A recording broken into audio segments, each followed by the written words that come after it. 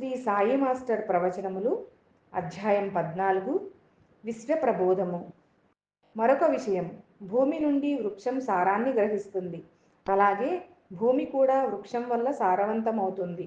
అదే రీతిన మనం సద్గురు సమాగమం లభించినప్పుడు మన శరీరం ఆ నేల వంటిదైతే అందులో సద్గురు కృపా స్మరణ మనం నాటవలసిన విత్తనం లాంటిది. ఇందులో ఒక్క అంశం ఉన్నది. దత్తాత్రేయుల వారు అవధూత రూపంలో దర్శనమిచ్చి తనకు జ్ఞానం ఎలా కలిగిందో చెబుతూ ఈ అనంతమైన విశ్వం నుండి 24 మంది గురువుల రూపంలో ప్రబోధిస్తున్నదని చెప్పారు. ఇది భాగవతంలో ఉన్నది. దాని నుండి ఆయన ప్రబోధిస్తున్నదేమిటంటే ఈ అనంతమైన విశ్వము ఆయన రూపమే. ఈ అనంతమైన రూపాల ద్వారా ఆయన యొక్క బోధ మనకు అందుతూనే ఉన్నది. మనమే గ్రహించడం లేదు అని చెబుతున్నారు. దీనికి ఉదాహరణగా మహనీయులందరిలోనూ ఈ తత్వమే ప్రకటమవుతున్నది. వారి జీవితంలోని సంఘటనలు ఈ విషయాన్నే స్పష్టం చేస్తున్నాయి. ఒకసారి ప్రవక్త మహమ్మద్దుల వారు నదిలో స్నానం చేస్తున్నారు. అప్పుడు ఆయనకు నీటిలో కొట్టుకొని పోతున్న ఒక తేలు కనిపించింది. దానిని రక్షిద్దామనే సంకల్పంతో ఆయన తమ చేతిలోకి తీసుకోబోయారు. వెంటనే అది కుట్టింది. ఆ బాధకు చేతిని వెనక్కు తీసుకున్నారు, కానీ వెంటనే మళ్ళీ చేతిలోకి తీసుకున్నారు. మళ్ళీ అది కుట్టింది. వెంటనే చేతిని విదిలించినా మళ్ళీ దానిని రక్షించడానికి చేతిలోకి తీసుకోవడం, అది తిరిగి ఆయన్ను కుట్టడం, ఇలా 4-5 సార్లు జరిగింది. ఆయన ప్రయత్నాన్ని చూస్తున్న ప్రక్కనతను ఆయనతో అన్నాడు, ఏమయ్యా, నీకు జ్ఞానం లేదా? నువ్వు దానిని ఒడ్డున పడేద్దామని ప్రయత్నించినప్పుడల్లా అది కుడుతున్నదే, అది కుడుతున్న కొద్దీ ఇంకా ఇంకా దానిని రక్షించే ప్రయత్నమే చేస్తున్నావేమిటి అని. అప్పుడు మహమ్మదుల వారు ఇలా జవాబిచ్చారట, ఆ తేలు అలా కుట్టడంలోనే నాకు ప్రబోధాన్ని ఇస్తుంది. కుట్టడం అనే సహజ గుణాన్ని అది వదిలిపెట్టకపోతే భగవంతుని నిరంతరం స్మరించుకుంటూ సకల జీవుల శ్రేయస్సు కోసం పాటుపడదామనుకున్న నా నియమాన్ని నేనెలా వదులుకునేది? అందుకనే దానిని నేను రక్షించ యత్నిస్తున్నాను. అది నాకు నా గుణాన్ని వదలవద్దు అని నేర్పుతున్నది అన్నారట. అంటే తెలుసుకునేవాడికి ఎక్కడి నుంచైనా బోధ అందుతూనే ఉంటుందన్నమాట. అలాగే ఒరిస్సా సరిహద్దు ప్రాంతంలో బాలకృష్ణ గోస్వామి అనే ఒక మహాత్ముడు ఉండేవాడు. అతని వద్దకు ఒకడు వచ్చి, స్వామి, ఏమి చేసినా నా మనసు సంసార లంపటం నుండి బయటపడటం లేదు. మీరు చెప్పినవన్నీ చాలా కాలంగా చేస్తూనే ఉన్నాను. అయినా ఏమీ మార్పు రాలేదు. ఏం చేస్తే విడిపడుతుంది అని అడిగాడు. అందుకు గోస్వామి గారు ఏమీ మాట్లాడలేదు. అప్పుడు అతను రెండవసారి అడిగాడు. ఏమీ మాట్లాడలేదు. మూడవసారి అడిగాడు. ఎన్నిసార్లు అడిగినా సమాధానం చెప్పరేమిటి స్వామి అన్నాడు. అందుకు ఆయన, సమాధానం కోసమే నేను చూస్తున్నాను అన్నారట. ఆయన అలా అంటుండగానే పక్కనే ఉన్న వెలగ చెట్టు నుండి ఒక పండు రాలి కింద పడింది. అదిగో ప్రసాదం తెచ్చుకోమన్నారు స్వామి. అతడు వెళ్ళి తెచ్చుకున్నాడు. చాలా బాగా పండి ఉన్నది ఆ వెలగ పండు. స్వామి అతనితో, ఇప్పుడు తెలిసిందా అన్నారు. అతడు, నాకేమీ తెలియడం లేదన్నాడు. అప్పుడు స్వామి, నువ్వు మొదటిసారి అడిగినప్పుడు ఆ పండు పడలేదు. రెండవసారి అడిగినప్పుడు అది పడలేదు. మూడవసారి అడిగినప్పుడు పడింది. అంటే అది ఏమి చెబుతున్నదో తెలుసా?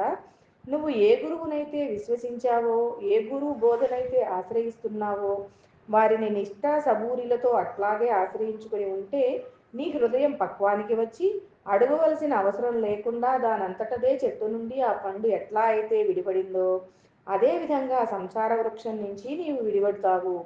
అందుకు కావలసిందల్లా నిష్ఠా సబూరీలు మాత్రమే. కాబట్టి పైన చెప్పుకున్నట్లు మహమ్మదుల వారి ఉదాహరణ తీసుకున్నా సరే, గోస్వామి వారి ఉదాహరణ తీసుకున్నా సరే, మనకు తెలిసే విషయం ఏమిటంటే భగవంతుడు ఈ అనంత విశ్వంలో అనంత రూపాలతో మనకు ప్రబోధిస్తూనే ఉన్నాడు. వాటిని గ్రహించడమే మనం చేయవలసింది. అటువంటి బోధను మనం తీసుకోగలిగినప్పుడు ఒక విషయాన్ని మనం నేర్చుకోవచ్చు. దాని గురించి సాయి, సద్గ్రంథాలు చదువు, భగవన్నామము ఉచ్చరించు, పనిచెయ్యి అన్నారు. మరొక సూక్తి, ఎవరైతే నా నామమే ఉచ్చరిస్తూ నన్ను గురించే మాట్లాడుతూ నా కథల గురించే వింటూ నేనుగా మారిపోతారో వారి కర్మబంధం తీరిపోతుంది అని ఈ 2 సూక్తులు చెప్పారు. ఈ రెండవ సూక్తి యొక్క వివరణ ఏమిటి అని ఆలోచిస్తే సాయి చరిత్రలోని ఒకానొక సంఘటన స్ఫురణకు వస్తుంది. శ్రీరామనవమి ఉత్సవాలలో హరికథాగానం చేయడానికని దాసగడు మహారాజును షిరిడీకి పిలిపించారు. ఏ కొత్త పని ప్రారంభించినా సాయి ఆగ్రహించటం మామూలు. ఏమిటి ఇదంతా అని తిడతారని భయం. అందుకని ఆయన దగ్గరకొచ్చి నమస్కారమైనా చేసుకోకుండా కార్యక్రమం మొదలుపెట్టారు. మద్దెల మొదలైనవి వాయిస్తున్నప్పుడు ఏమిటిరా ఈ గోలా అని అడిగారు సాయి. కథాగానం చేస్తున్నామని చెప్పారు. ఆ కథాగానం చేసేవాణ్ణి పిలవండి అన్నారు సాయి. తిడతారో మరేదైనా చేస్తారో అని భయపడుతూనే వాళ్ళంతా ఆయన దగ్గరకు వెళ్ళారు. ఆయన దాసగణను చూస్తూనే, ఏమిటి హరికథ చెప్పటానికి పెళ్లి కొడుకులా తయారయ్యావు? ముందు ఆ కోటు విప్పేసేయి, చొక్కా లేకుండా కథాగానం చెయ్యాలి అని పక్కనున్న ఒకతనికి పూలమాల ఇచ్చి దాసగణ మెడలో వేయమన్నారు. అంటే ఆయన హరికథాగానం చేయమంటున్నారు. కానీ వీళ్ళనుకున్నట్లు కాదు. అప్పుడు నా ఆశీస్సులు నువ్వు అడగకపోయినా ఉంటాయని చెబుతున్నారు. ఈ దాసగను ఎక్కడ హరికథాగానం చేసినా, రాముని గురించి చెప్పినా, కృష్ణుని గురించి చెప్పినా, మరెవ్వరి గురించి చెప్పినా మొట్టమొదటిగా సాయిని గురించి చెప్పి తర్వాతనే తక్కినవి చెప్పేవాడు. అందుకని ప్రత్యేకమైన స్థానాన్ని అతనికి సాయి కల్పించారు. అయితే హరికథా కాలక్షేపానికి దాసగణును ఎందుకు సాయి ఆ విధంగా ఆశీర్వదించారు అనేది ఆలోచించవలసిన విషయం. ఎంతోమంది హరికథకులు సాయి వద్దకు వచ్చేవారు. వాళ్ళు గానం చేసి వెళ్ళిపోయేటప్పుడు మాత్రం వాళ్లకు డబ్బులిచ్చి ఆశీర్వదించి పంపేవారు ఆయన. మామూలుగా అలాగే జరుగుతూ ఉండేది. కానీ దాసగను విషయంలో మాత్రం అలా చెయ్యలేదు. అతడు పోలీస్ కానిస్టేబుల్గా ఉన్నప్పటి నుంచి కూడా అతనిని ఆ ఉద్యోగం మానేయమనేవారు. మరి నేనెట్లా బ్రతకాలి అంటే హరికథాగానం చేసి బ్రతకమన్నారు. అది జీవనోపాధిగా తిండి పెట్టదు కదా అంటే నేను పెడతాను, నేను పోషిస్తాను అన్నారు. దానికి ఆశీర్వచనంగానే ఆ మాల వేశారన్నమాట. ప్రత్యేకించి అతనికి అంతటి ఆదరణ ఇవ్వడానికి దానికి అతని సంస్కారాలే కారణం. ఆ సంస్కారాలు ఏమిటంటే అతడు ఏ కథాగానం ఎక్కడ చేసినా మొదట తాను ఆశ్రయించిన సద్గురుడైన సాయినాథుని కీర్తించి తర్వాత తక్కిన కథ చెప్పేవాడు. అందుకని సాయి భక్తుల అనుభవాలు చూస్తుంటే ఎంతోమంది దాసగణు హరికథ వినడం వల్ల, అక్కడ సాయి పటం చూడటం వల్ల షిరిడీకి వచ్చి సాయి దర్శనం చేసుకున్నట్లు తెలుస్తుంది. అంటే ఏమిటంటే బాబా వాళ్ళను పిలుచుకున్నారు, అందులో సందేహం లేదు. కానీ దాసగణు ద్వారా పిలుచుకోవడం అనేది అతని అదృష్టం. ఆ భక్తులంతా ఆనాడు దాసగణు చెప్పిన కథ వినబట్టి కదా మనకు సాయి దర్శనం లభించింది అనే సంతోషంతో ఆయన పట్ల ఆత్మీయతాభావాన్ని పెంపొందించుకున్నారు. వాళ్ళు అనుకున్నవన్నీ శతకోటి రెట్లుగా ఆశీస్సులుగా అతనికే చెందుతాయి. అది అందులోని విశిష్టత.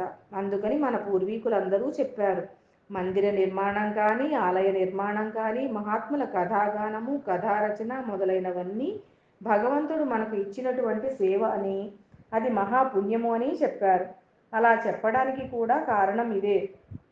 ఎవరెవరు ఆ గ్రంథం చదవటం వల్ల, ఆ కథ వినడం వల్ల ఉత్తేజపడి భగవంతుని మార్గానికి వస్తారో వారందరి హృదయాలు భగవంతునికి దగ్గరవడానికి నిమిత్తమాత్రులవడం వలన వారికి వీళ్ళందరి హృదయాల నుంచి ఆశీర్వచనం లభ్యమవుతుంది.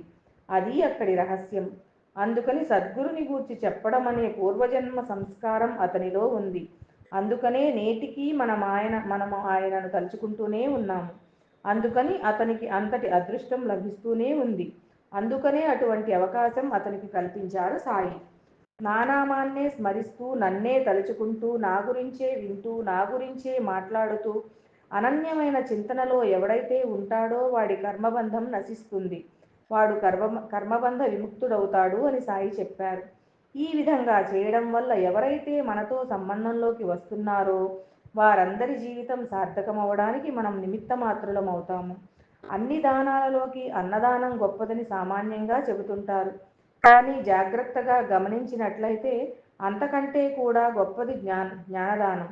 ముల్లోకాలను దానం చేసిన దానితో అది సమానమని చెప్పారు. దానికి కారణం ఏమంటే వాడికి ఎన్ని జన్మలైతే ఉన్నాయో అన్ని జన్మ పరంపరలను అతిక్రమించడానికి కావలసిన మార్గం లభ్యమవడానికి కానీ, లేకపోతే అవి ఉత్తమోత్తమంగా సంస్కరింపబడటానికి కానీ, మళ్ళీ వాళ్ళ ద్వారా ఎవరెవరైతే అది విని ఉత్తమ మార్గాన్ని తెలుసుకుంటారో ఆ పుణ్యమంతా మనకు లభిస్తుంది. వాళ్ళు మన వల్ల సన్మార్గంలో పడి ఏ మహాత్ముల ఆశీస్సులైనా పొందితే ఆ ఆశీర్వాద ఫలితం మనకు కూడా దక్కుతుంది. అందుకని ఎవడైతే ఇతరులు సన్మార్గులు కావడానికి దోహదం చేస్తాడో వాడికి మహాత్ములందరి ఆశీస్సులు లభిస్తూనే ఉంటాయి. వారందరి అనుగ్రహము నిరంతరము లభ్యమవుతూనే ఉంటుంది. ఎందుకంటే భగవంతుని ధర్మశాసనం మూలమైనది ఒకటి ఉన్నది. అదేమిటంటే నీవు ఇతరులకు ఏం చేయాలనుకుంటావో అది ఇతరులకు నీవు చెయ్యి, నీకు ఇతరులు ఏమి చేయకూడదని అనుకుంటావో నీవు ఇతరులకు దానిని చేయవద్దు అని. ఉదాహరణకు మనం భగవంతుని అనుగ్రహం పొందడం కోసం, సాధన చేసుకోవడం కోసం తప్పిస్తున్నప్పుడు మనకు ఇంకా సులభమైన మార్గం ఎలా దొరుకుతుందా? ఎవరి అనుగ్రహంతో మనం ఇంకా ఒక మెట్టు పైకి పోతామా? ఎవరి ఆశీస్సులు మనకు లభ్యమవుతాయా? ఎవరే సూక్ష్మం తెలుపుతారా అని ఆరాటపడి తిరుగుతాము. మనకు సరి అయిన ఆధ్యాత్మిక మార్గం ఎలా లభ్యమవుతుంది అని పరితపించే సమయంలో ఎవరైనా మనకు ఆ మార్గం చూపించగలవాడు కనిపిస్తే మనం ఎంతో సంతోషిస్తాము. అలాగే మనకు దొరికినంత మాత్రం కూడా మార్గం లభించని వాడెవడైనా ఉంటే వాళ్లకు మనకు తెలిసింది చెప్పినప్పుడు వాళ్ళెంతో సంతోషిస్తారు కదా. అందుకని పై సూత్రాన్ని పాటించి ఆత్మీయులైన వారికి మన పరిచయస్తులకు ఈ మార్గం తెలుపుతూ ఉంటే వాళ్ళు సన్మార్గానికి వచ్చి వాళ్లకు కూడా మహాత్ముల ఆశీస్సులు లభిస్తే మనకు ఆ మహాత్ముల ఆశీస్సులు లభిస్తాయి. వాళ్ళు కూడా మనం చేసిన సహాయం పట్ల కృతజ్ఞత కలిగి మన పట్ల ఆత్మీయతాభావం కలిగి వారికి తెలిసిన సన్మార్గం మనకు చెబుదామనే ప్రీతి కలుగుతుంది. ఇది భగవంతుడు నాకిచ్చిన అనుగ్రహాలలో ఒకటి. ఇందుకు ఒక ఉదాహరణ. ఫిబ్రవరిలో అనుకోకుండా షిరిడీ వెళ్ళి 14 రోజులు ఉండటం జరిగింది. ఢిల్లీ వెళ్ళవలసిన ప్రోగ్రాం ఉండటం వల్ల షిరిడీలో 2 రోజులు మాత్రమే ఉండటానికి ప్రోగ్రాం పెట్టుకుని వెళ్ళాను. మర్నాడు నేను బయలుదేరవలసి ఉన్నదనగా శివనేశన్ స్వామికి నేను మర్నాడు బయలుదేరుతున్నానని చెప్పడానికి చావడికి వెళ్ళాను. ఆయన ఇప్పుడే వస్తాను ఉండమని నన్ను కూర్చోమని చెప్పి అటూ ఇటూ తిరుగుతూ ఏదో పని చేసుకుంటున్నారు. ఇంతలో ఒక సన్యాసి అక్కడికి వచ్చాడు. బాగా దృఢంగా ఉన్నాడు. మంచి తేజస్సుతో ఉన్నాడు. శివనేశన్ స్వామిని పిలిచి ఏదో మాట్లాడుతూ మధ్య మధ్యలో నాకేసి పరీక్షగా చూసి నువ్వు భరద్వాజవు కదా అన్నాడు. అవునన్నాను. నేనెవరో గుర్తున్నానా అన్నాడు. గుర్తులేవు అన్నాను. మామాజీ గుర్తున్నాడా అని అడిగాడు. అప్పుడు 15 సంవత్సరాల క్రితం సంగతి గుర్తొచ్చింది. అప్పుడు ఇతడు చాలా బక్కపలచగా ఉండేవాడు. గొప్ప ధనవంతుల కుటుంబానికి చెందినవాడు. అపారమైన ఉదారభావం కలవాడు. అతడు తరచూ షిరిడీ వస్తుండేవాడు. వచ్చినప్పుడల్లా ఇంటి నుంచి 10,000 15,000 డబ్బు తెచ్చేవాడు. వీడు వాడు అని లేకుండా అందరికీ సహాయం చేస్తుండేవాడు. ఒకడికి తిండి లేదంటే డబ్బులు ఇచ్చేవాడు. మరొకడికి ఇంకొక అవసరం. అందుకని ఎవరికి ఏ అవసరం వచ్చినా అతని సహాయమే పొందేవాడు. ఇట్లా ఖర్చు పెట్టి ఆ డబ్బు అయిపోగానే మళ్ళీ బొంబాయి వెళ్ళి మళ్ళీ 10 20 తీసుకుని షిరిడీ వచ్చేవాడు. చివరకు వీడి బాధ భరించలేక ఇంట్లో వాళ్ళు ఖచ్చితంగా చెప్పేశారు. నువ్వు ఇట్లా ఖర్చు పెడుతుంటే ఇవ్వడం ఇంక మా వల్ల కాదు. నువ్వు ఇంటి పట్టున ఉండి అన్ని బాధ్యతలు తీసుకుంటూ అందరిలాగా ఉంటే ఉండు. లేకపోతే నువ్వు వెళ్ళదలుచుకుంటే ఈసారి నువ్వు తీసుకువెళ్ళే ఈ 20,000 తీసుకో. ఇదే ఆఖరు. ఇక ఇంటికి రావద్దు అన్నారు. ఇతను తనకెట్టి సంబంధము లేదని చెప్పి ఇంటి నుంచి వచ్చేశాడు. ఇతడు చాలా తెలివిగలవాడు. ఈ పని ఆ పని అని లేకుండా అన్ని పనులు చేసేవాడు. ఎవరికైనా బాగుండకపోతే చుట్టుపక్కల ఆకులు తెచ్చి ఏదో తయారు చేసి ఇచ్చేవాడు. కార్లు రిపేర్ చేసేవాడు. రిక్షాలు బాగు చేసేవాడు. ఎలక్ట్రిక్ రిపేర్లు చేసేవాడు. అందుకని తన దగ్గర పైకం కొంతవరకు తగ్గిందనుకోగానే బొంబాయికో అహ్మద్నగర్కో వెళ్ళి కారు తీసుకొచ్చి దానిని రిపేర్ చేసి కొత్త కారులా తయారు చేసి దానిని అమ్మి డబ్బు తెచ్చుకునేవాడు. ఆ డబ్బును మళ్ళీ ఇలాగే ఖర్చు పెడుతూ ఉండేవాడు. షిరిడీలో అతడి వలన సహాయం పొందని వాళ్ళంటూ ఎవరూ లేరు. అందరూ ఏదో ఒక రకమైన సహాయం పొందిన వాళ్లే. అందుకే మామాజీ అంటే అందరికీ ఇష్టం. అతను వచ్చాడంటే షిరిడీ వాళ్ళంతా అతని వెంబడి తిరుగుతుండేవారు. నేను అప్పుడు తరచూ షిరిడీ వెళ్తుండటం వల్ల నాకు అతడు పరిచయం అయ్యాడు. ఇద్దరం కలిసి మాట్లాడుకుంటూ అలా బయటకు వెళ్ళి కాలక్షేపం చేస్తుండేవాళ్ళం. ఒకసారి అతనికి ఎందుకు వచ్చిందో గానీ జీవితం మీద విరక్తి కలిగింది. ఒకరోజు నాకు షిరిడీలో కనిపించి టీ తాగుతాను రమ్మన్నాడు. నాకు జీవితం మీద విరక్తి కలిగింది. నేను ఈ రోజుతో జీవితం సమాప్తం చేసుకుందాం అనుకుంటున్నాను. నేను బాగా ఆలోచించే ఈ నిర్ణయానికి వచ్చాను. అందుకని నువ్వు నన్ను కారణమేమిటి అని అడగవద్దు. ఊరడించడానికి ప్రయత్నం చేయవద్దు. ఇదే నీతో చివరిసారిగా మాట్లాడటము. అందుకని ఇద్దరం ఆత్మీయంగా సరదాగా టిఫిన్ తిని టీ తాగుదాము రమ్మన్నాను అని అన్నాడు. ఇంకేం మాట్లాడుతాను అతనితో? ముందే ఏమీ చెప్పవద్దని చెప్పేశాడాయే. అతడు సామాన్యమైన ప్రజ్ఞ కలవాడు కాదు. అందుకని సామాన్యులను బుజ్జగించినట్లు బుజ్జగించడానికి వీలు పడదు. అసలు అతని కష్టమేమిటో ఎందుకొచ్చిందో ఏమీ తెలియదు. ఇక ఏం చేస్తాము? అతనితో పాటు హోటల్కి వెళ్ళి కూర్చున్నాను. హాయిగా తిని టీ త్రాగాము. ఇక నేను సెలవు తీసుకుంటాను. ఏదైనా మాట్లాడతావా అన్నాడు. ఆ సమయంలో నేనేమి మాట్లాడగలను అతనితో? ఏమి చెప్పాలి అతనికి? ఒక్క క్షణం ఆలోచించాను. మనసుకు 2 విషయాలు తట్టాయి. అప్పుడు చెప్పాను. నువ్వెలాగూ ఆత్మహత్య చేసుకోవడానికే నిర్ణయించుకున్నావు కనుక వద్దని నేనేమీ చెప్పను. బాబా వద్దని చెప్పినవి కొన్ని ఉన్నాయి, కానీ అవి నేను నీకు చెప్పను. కానీ ఈ విషయంలో నీకు 2 మాటలు చెప్పాలనిపిస్తుంది. ఒకటేమిటంటే నువ్వు షిరిడీలో మటుకు ఆత్మహత్య చేసుకోబోకు. ఎందుకంటే సాయి సమ్మతి లేదు కనుక. ఆయన ఒప్పుకోలేదు కనుక. అక్కలకోట స్వామి కూడా ఒప్పుకోలేదు. కాబట్టి ఈ క్షేత్రంలో నువ్వు ఆ పని చేయడం మాత్రం అధర్మము. ఇక రెండవది, నువ్వు ద్వారకామాయికి వెళ్ళి ఒక అరగంట సాయి సన్నిధిలో కూర్చొని అక్కడ సెలవు తీసుకొని ఎక్కడికైనా వెళ్ళి ఆత్మహత్య చేసుకో అని చెప్పాను. అంతే. అప్పుడే ఆఖరుసారిగా మేము కలవడం. ఆ తర్వాత మేము 15 సంవత్సరాలు కలవనే లేదు. అతడేమైపోయాడో తెలియదు. ఆత్మహత్య చేసుకుని ఉంటాడని నేను అనుకున్నాను. అతడు ఇప్పుడు చెప్పాడు ఆ తర్వాత ఏం జరిగిందో. అతడు నేను చెప్పిన సలహాను అనుసరించి వెళ్ళి ద్వారకామాయిలో బాబా ఎదురుగా ధునికి ఆనుకొని కూర్చున్నాడట. 10-15 నిమిషాలు కూర్చున్నాడట. ఏమీ జరగలేదు. మధ్యాహ్న సమయం. అతడొక్కడే అక్కడ ఉన్నాడు. కొద్దిసేపటికి 2 వ్యక్తులు వచ్చి అతనికి అటు ప్రక్కన ఒకడు, ఇటు పక్కన ఒకడు కూర్చున్నారు.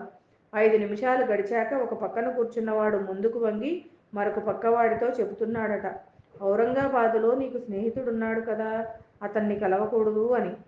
ఇతనికి ఔరంగాబాదులో స్నేహితుడున్నాడు. ఎందుకనిపించిందో గాని ఇతనికి అది తనకు బాబాయ్ చెప్పిన సందేశమేమోనని ఎందుకు బుద్ధి మారిందో మారింది. వెంటనే బయలుదేరి ఔరంగాబాద్ వెళ్ళాడు. మిత్రుని ఇంటికి వెళ్ళేసరికి అతను ఆఫీస్కు వెళ్ళాడు. సాయంత్రానికి గాని రాడన్నారు. ఇతడు పుస్తకాల పురుగు. ఏ పాటి సమయం చిక్కినా ఏ పుస్తకం దొరికితే ఆ పుస్తకం చదవవలసిందే. అందుకని ఏవైనా పుస్తకాలుంటే ఇవ్వమని ఇంట్లో వాళ్ళని అడిగాడు. ఏవో పాత పత్రికలు, సంచికలు కొన్ని అతనికిచ్చారు. వాటిని తిరగేస్తుంటే ఒక పత్రికలో ఒక చిన్న వ్యాసం కనపడింది. ఆ వ్యాసంలో ఇతని ఆధ్యాత్మిక సాధనకు కావలసిన సూచన ఉన్నది. ఆ కాగితాలు చింపుకున్నాడు. మిత్రుడు వచ్చే వరకు కూడా ఆగకుండా వెంటనే బయలుదేరి బండెక్కాడు. కొన్ని ప్రదేశాలకు వెళ్ళాడు. నర్మదాదేవికి నమస్కారం చేసుకున్నాడు. చివరకు కాశీకి వెళ్ళి అందులో చెప్పిన దాని ప్రకారం ప్రార్థన చేస్తే అనుగ్రహం కలుగుతుందని ఉందట. అందుకని గంగలో స్నానం చేసుకొని అనుష్ఠానం చేసుకుంటున్నాడు. ఇంతలో ఎవరో 2 సాధువులు వచ్చి మా గురువుగారు పిలుస్తున్నారని చెప్పి ఒక ప్రదేశానికి తీసుకువెళ్ళారు. అక్కడ మరొక సాధువు కూడా ఉన్నారు. తర్వాత ఆ ముగ్గురు తాము ఫలానా అని చెప్పి నీకు ఫలానా సాధన చెప్పమని వారికి భగవదాదేశం అయిందని చెప్పి ఇతనికి సన్యాస దీక్ష ఇచ్చారు. వాళ్ళు నాద సంప్రదాయంలోని వాళ్ళు. నాద సంప్రదాయంలో సరైన దీక్ష దొరకడం అనేది సామాన్యమైన విషయం కాదు. అటువంటిది వాళ్లే పిలిచి తీసుకువెళ్ళి ఆ దీక్ష అతనికి ఇచ్చారు. తర్వాత వాళ్ళు చెప్పిన ప్రకారం సాధన చేసుకుంటూ ఉండమని చెప్పారు. అప్పుడు ఇతడు, మీరు చెప్పినట్లు నేను సాధన చేస్తూ ఉంటే ఏమైనా సందేహాలు వస్తే ఏం చేయాలి, ఎవరిని అడగాలి, మీరెక్కడ ఉంటారు అని అడిగాడు. అప్పుడు వాళ్ళు, నీకు అవసరమైనప్పుడు మేమే వస్తాము. ఇప్పుడు మాత్రం నువ్వు పిలిస్తే వచ్చామా? నీకు అలాంటి పరిస్థితి వస్తే నువ్వు ఎప్పుడు తలుచుకుంటే అప్పుడు వస్తాము. అయినా నువ్వు అడిగావు కాబట్టి చెబుతున్నాము. మేము ఫలానా చోట ఉంటాము అని చెప్పారు. అతనిని ఎక్కడా ఒక చోట నిలవకుండా, ఒక ఉపాధి ఏర్పరచుకోకుండా సాధన చేసుకోమని చెప్పారు. అతడు అలాగే తిరుగుతూ సాధన చేసుకుంటూ పోతూ వాళ్ళు చెప్పిన చోటుకు వెళ్ళినప్పుడు అక్కడ విచారిస్తే అక్కడ అటువంటి ఆశ్రమము ఉన్నట్లు కానీ అటువంటి సాధువులు ఉన్నట్లు కానీ ఎవరూ చెప్పలేదు. ఎంత విచారించినా వాళ్ళ ఆచూకీయే లేదు. కానీ అతడా సాధన చేస్తూ పోతూ ఉంటే ఎంతోమంది మహాత్ముల సాధువుల దర్శనము, సాంగత్యము లభించటము, అతని సాధనకు అవసరమైన మెలకువలు, సాధనలోని రహస్యాలు వివరించడము జరిగేది. వారు వాటిని అనుష్ఠింపచేసేవారు. ఇలా కొంతకాలం సాధన చేశాక ఆ సాధనా బలం చేత అతడు నర్మదా ప్రదక్షిణం చేశాడు. దత్తాత్రేయ సాంప్రదాయంలోనూ మరికొన్ని సాంప్రదాయాలలోనూ కొంత సాధన చేసిన తర్వాత భగవదనుగ్రహం కలిగినట్లు కొన్ని అనుభవాలు కలిగాక అప్పుడు నర్మదా ప్రదక్షిణం చేస్తారు. అది అన్నింటికంటే కఠోరమైన సాధన. నర్మదా నది ప్రదక్షిణం అంటే ఎక్కడ నర్మదా నది పుడుతుందో అక్కడ పూజారికాలు చేసుకొని బయలుదేరి తీరం వెంబడి నడుస్తూ వెళ్ళి నర్మదా నది సముద్రంలో కలిసే చోట దాటి అవతలి ఒడ్డుకు చేరి అక్కడి నుంచి తిరిగి నర్మదా నదీ తీరం వెంబడి వెళ్తూ మళ్ళీ ఆ నది పుట్టిన చోటుకు చేరుతారు. అప్పటికి ప్రదక్షిణం పూర్తి అయినట్లు లెక్క. అది 2 రకాలుగా చేస్తారు. మొదటి రకమైన ప్రదక్షిణ ఏమిటంటే ఇన్ని అడుగులు దాటి తీరం వెంబడి పోకూడదు అని. అట్లా వెళ్తుంటే ఒక్కొక్క చోట ఉపనది రావచ్చు. అప్పుడు దానిని దాటి వెళ్ళవలసిందే కానీ చుట్టూ తిరిగి వెళ్ళకూడదు. ఒక్కొక్క చోట కొండలు రావచ్చు, గుట్టలు రావచ్చు. ఎక్కి దిగవలసిందే కానీ అన్ని అడుగుల దూరం మాత్రం దాటి వెళ్ళకూడదు. ఇది చాలా కఠోరమైన నియమం. ఇట్లా కాక నదీ జలం కంటికి కనబడుతుంటే చాలు అనేది మరొక నియమం. ఇది మొదటి దానికంటే కొద్ది సులువు. ఈ రెండింటిలో కఠోరమైన నియమమే వాళ్ళు చేయమని చెప్పారట. అందుకని ఇతడు మొదటి రకమైన ప్రదక్షిణ చేస్తూ వచ్చాడు.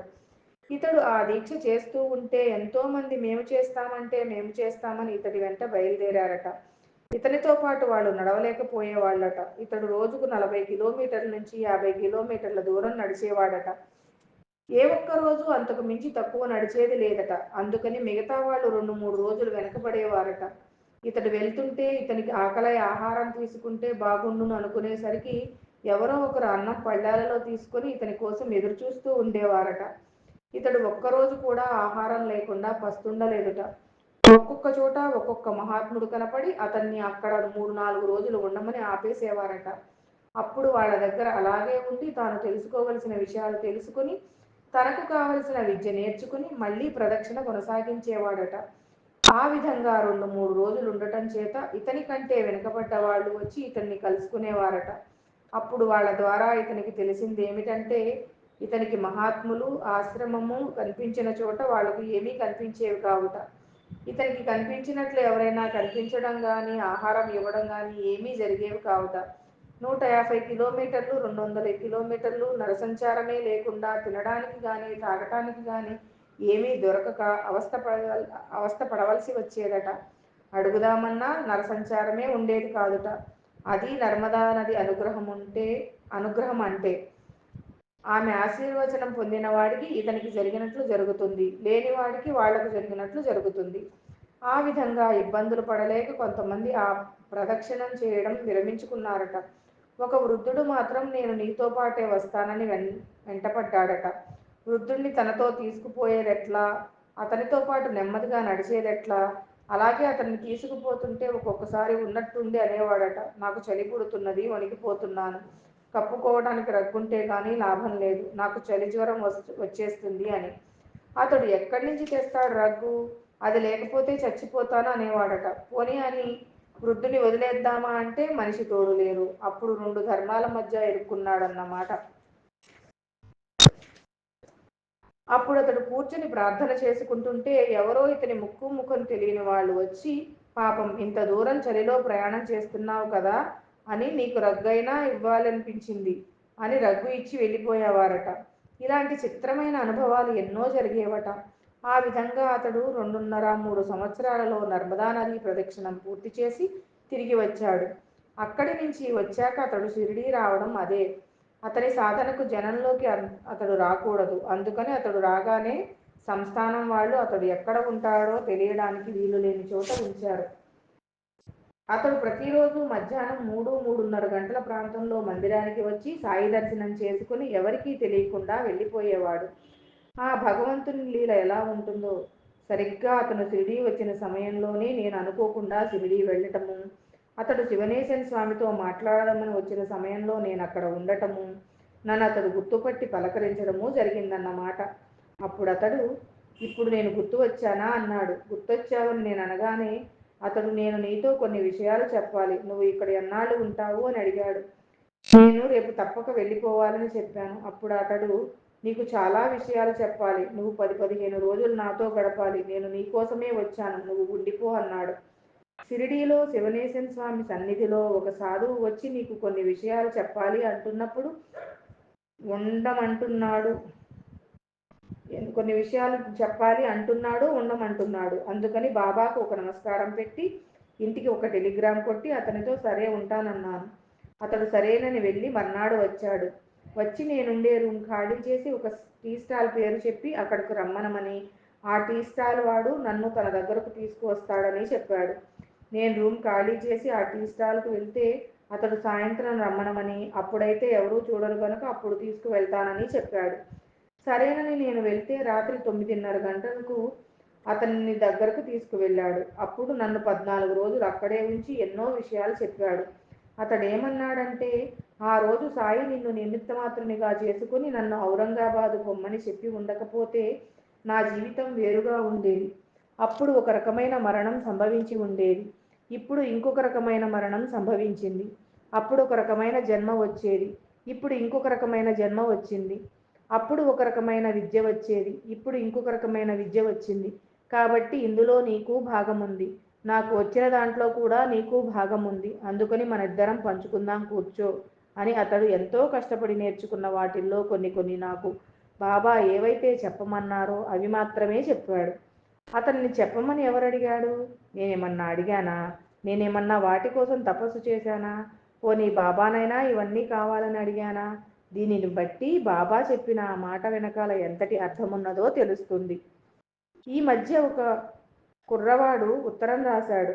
అతడు హైదరాబాద్లో ఉంటాడు. నేను 10-15 సార్లు శ్రీ సాయి లీలామృతం పారాయణ చేశాను. కానీ నా మనస్సు స్థిమితం కాలేదు. మనస్థిమితాన్ని చెడగొట్టే ఒకానొక సన్నివేశంలో బాబా సూక్తి జ్ఞాపకం వచ్చింది. అప్పటి నుంచి నా మనస్సు స్థిమితపడింది. అప్పుడు ఆ సన్నివేశం కూడా మారిపోయింది. నాలోని బలహీనత శాశ్వతంగా తొలగిపోయింది. అప్పుడు ఇంతవరకు నేను సాయి లీలామృతము పారాయణ చేయలేదని నాకు అనిపించింది. బాబా చెప్పిన ఆ సూక్తిలో అంతటి అర్థం ఇమిడి ఉందని నాకు తెలియడానికి ఇంతకాలం పడితే, ఒక్కొక్క సూక్తికి ఇంతకాలం చొప్పున ఇంకెంతకాలం పడుతుందో, మొత్తం సాయి లీలామృతం ఒక పారాయణకు నాకు ఎన్ని జన్మలు పడుతుందో అని అనిపించింది అంటూ అతడు ఉత్తరం రాశాడు. నేను చెప్పే నాకు జరిగిన ఆ సన్నివేశం కూడా అట్లాంటిదే. 14 సంవత్సరాల పాటు ఆయన గురించి తెలుసుకోవడం కోసం తిరిగినప్పటికీ, విషయ సేకరణ చేసి వ్రాసినప్పటికీ, ఈ సూక్తిలో ఇంతటి అర్థముందని ఆ సంఘటన జరిగే వరకు నాకు మాత్రం ఏమి తెలుసు? ఆ సాధువు నాకు చెప్పిన విషయాల్లో వెంట్రుకవాసి కోసం జనం అతని చుట్టూ ఎంతగానో తిరుగుతారు. అతడు అక్కడ ఆశ్రమం నుంచి బయలుదేరాడని, షిరిడీ వెళ్ళాడని తెలిసి షిరిడీకి ఎక్కడెక్కడి నుంచో ఎంతోమంది ఆయన కోసం వచ్చారు. కానీ ఆయన ఎవరికీ చిక్కడం లేదు. సంస్థానం వాళ్ళకు కూడా గట్టిగా చెప్పాడు, తన ఆచూకీ ఏమాత్రం చెప్పవద్దని, అలా జరిగిన వెంటనే తాను అక్కడి నుంచి వెళ్ళిపోతానని. అందుకని వాళ్ళు కూడా చాలా జాగ్రత్తగా ఉన్నారు.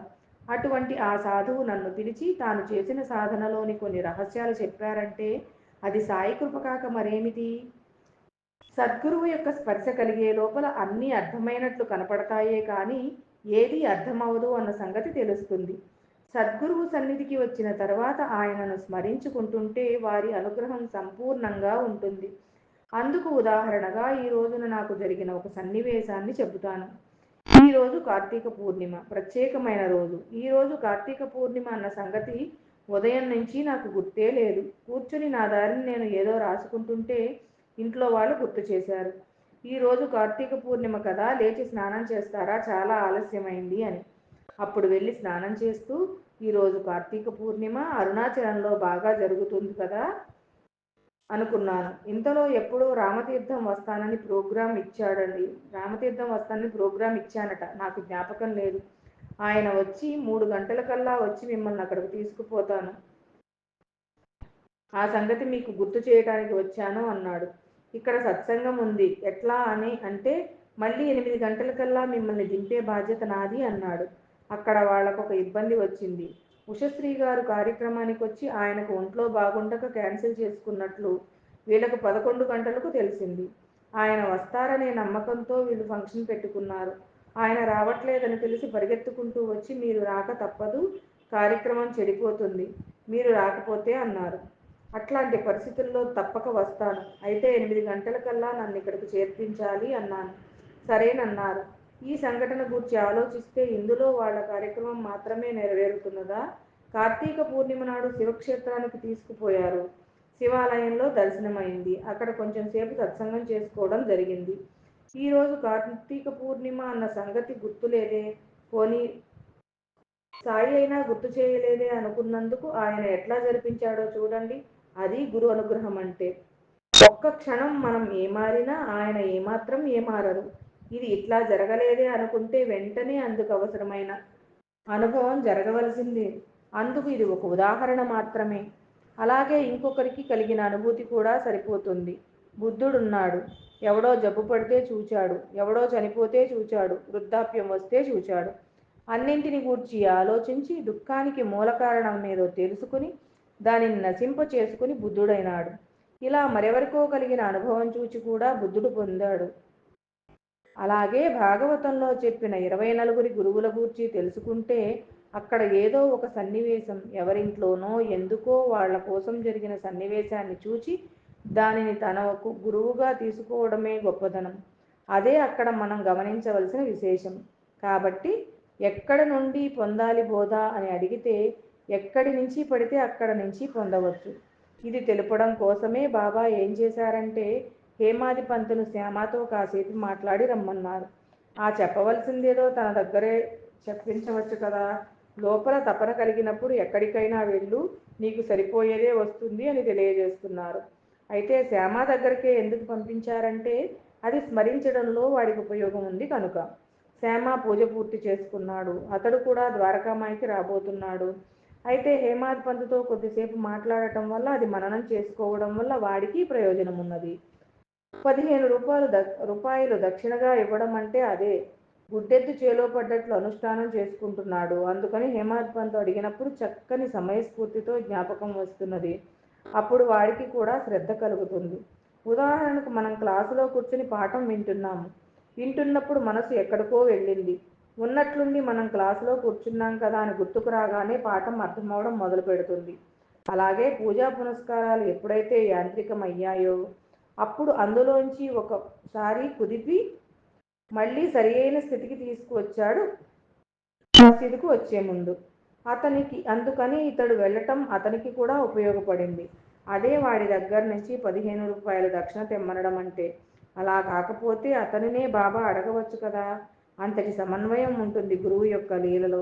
ఇది తెలియడానికి సప్తశృంగి లీల మరొక ఉదాహరణ. సప్తశృంగిలో ఆలయ పూజారి ఉన్నాడు. అతనికి ఒకప్పుడు ఎన్నో కష్టాలు వచ్చి మనశ్శాంతి లేకుండా పోయింది. ఎంతో దీక్షగా ఆ దేవిని ప్రార్థించాడు.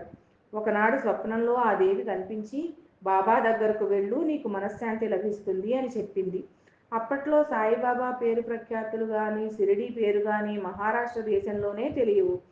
అందుకని అమ్మ చెప్పిన బాబా ఎవరో తెలియక భిక్షకులందరినీ బాబా అంటారు కనుక శివుడు భిక్షువు కనుక ప్రఖ్యాతమైన శివక్షేత్రం త్రయంబకేశ్వరం కనుక అక్కడికి వెళ్ళమన్నారనుకుని అక్కడికి వెళ్ళి కొద్ది రోజులున్నాడు. కానీ మనశ్శాంతి లభించలేదు. అప్పుడు మళ్ళీ వచ్చి సప్తశృంగి దేవినే తిరిగి ప్రార్థించాడు. అప్పుడు ఆమె మళ్ళీ స్వప్నంలో కనిపించి చెప్పింది, ఎందుకు అనవసరంగా త్రయంబకేశ్వరం వెళ్ళావు? నేను చెప్పింది శివుణ్ణి కాదు, షిరిడీ సాయినాథుని గురించి అని. అప్పుడు షిరిడీ ఎక్కడుందో ఎవరికీ తెలియదు. ఎట్లా వెళ్ళాలి అనుకుంటుంటే అదే సమయంలో ఇక్కడ షిరిడీలో శ్యామ అనే భక్తునికి కష్టాలు వచ్చాయి. అప్పుడు ఒక జ్యోతిష్కుడు షిరిడీ వచ్చాడు. శ్యామ జాతకం చూసి మీ అమ్మగారు సప్తశృంగీదేవికి మొక్కుకుని ఆ మొక్కులు తీర్చలేదు కాబట్టి కష్టాలు వచ్చాయి అని చెప్పాడు. అప్పుడు శ్యామకు గుర్తొచ్చింది. వాళ్ళ అమ్మగారు చనిపోతూ మొక్కు గురించి చెప్పింది. శ్యామ తాను తీరుస్తానని చెప్పాడు కానీ తీర్చలేకపోయాడు. ఆ సంగతి జ్ఞాపకం వచ్చి సాయియే సకల దేవతా స్వరూపము కనుక సాయికే ఆ మొక్కును తీర్చివేద్దామనుకున్నాడు. బాబా వద్దకు వచ్చి మా అమ్మ ఇలా మొక్కుకున్నది, దేవతలందరూ మీరే కనుక మీరు ఈ మొక్కును స్వీకరించి మా అమ్మను రుణవిముక్తిని చేయవలసింది అని ప్రార్థించాడు. అప్పుడు బాబా అన్నారు, మీ అమ్మ మొక్కుకున్నది సప్తశృంగీదేవికి కనుక నువ్వు అక్కడికి వెళ్ళవలసిందే అన్నారు. కానీ మరొకడు పుణ్యతీర్థాల్లో స్నానానికి వెళ్తానంటే అక్కడికి ఎందుకు? గంగా యమునలు నా పాదాల్లోనే ఉన్నాయని బాబా చెప్పారు. మరి శ్యామ మీరు సకల దేవతా స్వరూపులు ఇక్కడే మొక్కు తీర్చుకుంటానని చెబితే కాదు, నువ్వు సప్తశృంగికే వెళ్ళమన్నారు. ఎందుకనంటే అక్కడ మరొక పని ఉంది కాబట్టి కనుక. శ్యామ సప్తశృంగి వెళ్ళి ఆ పూజారి ఇంటనే దిగాడు. ఎక్కడి నుంచి వస్తున్నారని ఆ పూజారి అడిగాడు. షిరిడీ నుంచి అని శ్యామ చెప్పగానే అతడు మీకు సాయిబాబా తెలుసా అన్నాడు. తెలియడమేమిటి, నేను నిత్యము ఆయన సేవ చేసుకుంటూ ఉంటాను అన్నాడు. అయితే నేను షిరిడీ వస్తానని చెప్పి శ్యామ మొక్కు తీర్చుకున్నాక అతనితో షిరిడీ వచ్చాడు. ఈ విధంగా బాబా అలా రెండింటికి లింక్ పెట్టారన్నమాట. ఇటు శ్యామ పని నెరవేరాలి, దానితో పాటు అక్కడ పూజారి పని నెరవేరాలి. అది ఆయన గొప్పతనం. అలాగే ఇక్కడ హేమాడ్ పంత్ సంశయానికి సమాధానం దొరకాలి, అటు శ్యామ శ్రద్ధ పెరగడానికి ఉపయోగపడాలి. అది లింక్. అందుకని వీడు అక్కడికి వెళ్ళి సమాధానం తెచ్చుకోవాలి. అక్కడ వాడు 15 రూపాయల దక్షిణ రూపంలో నువ్వు మసీదుకు శ్రద్ధగా రావటం నేర్చుకో, రోజూ చూసే బాబానే కదా అనే పద్ధతిలో కాకుండా బాబా చెప్పినది ఏమిటో జ్ఞాపకం తెచ్చుకుని మననం చేసుకుంటూ రమ్మని అతనికి వీరి ద్వారా బోధిస్తున్నారు. కాబట్టి ఆయన చేసిన ఆ లీలలో అంతటి బోధ ఇమిడి ఉన్నది. అందుకని బాబా ఏమంటున్నారంటే ఒకప్పుడు చెవిలో మాత్రమే చేసే ఉపదేశం కాదు మాది, అన్ని రూపాలలోనూ వినగలిగేటటువంటి వినగలిగేటంతటి ఘోషతో నిరంతరం జరిగేటటువంటిది అంటున్నారన్నమాట. Thank you.